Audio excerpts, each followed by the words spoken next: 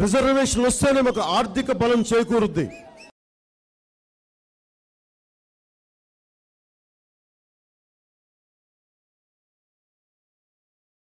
ప్రతి ఒక్కళ్ళు గురవుతుంటే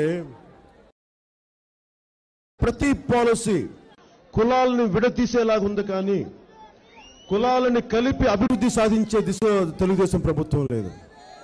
మరి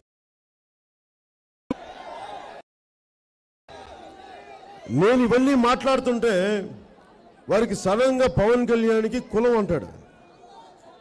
నాకు నిజంగా చెప్పాలంటే నా జీవిత కాలంలో ప్రతి సభలో కూడా చెప్తాను సిగ్గు లేకుండా, నాకు నిజంగా చిన్నప్పటి నుంచి నేను మనిషినన్న భావన తప్ప నా రంగు ఎలా ఉంటానో, నేను రూపు ఎలా ఉంటుందో, జుట్టు నల్లగా ఉంటుందా తెల్లగా ఉంటుందో నాకు తెలియదు. అలాంటిది ఈ నా రక్తం ఎరుపు రక్తం.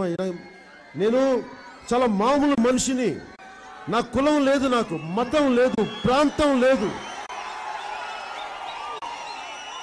మా నాన్న అలా పెంచారు, మా అమ్మ సంస్కారం నేర్పింది.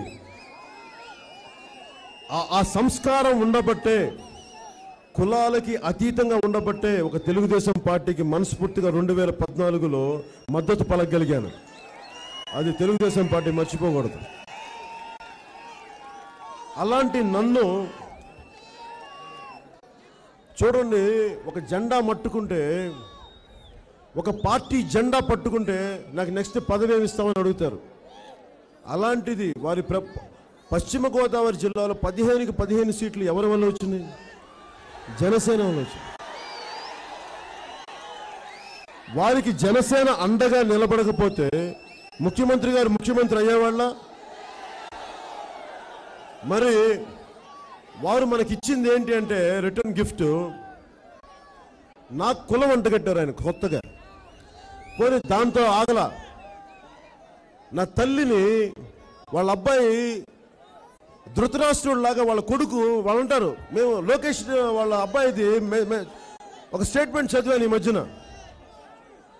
మాకు పవన్ కళ్యాణ్ గారు అంటే చాలా గౌరవం అండి, ఆయన అంటే మాకు ఇష్టం. ఆయన ఎందుకో మా మీద విరుచుకు పడుతున్నారంటే, ముఖ్యమంత్రి గారు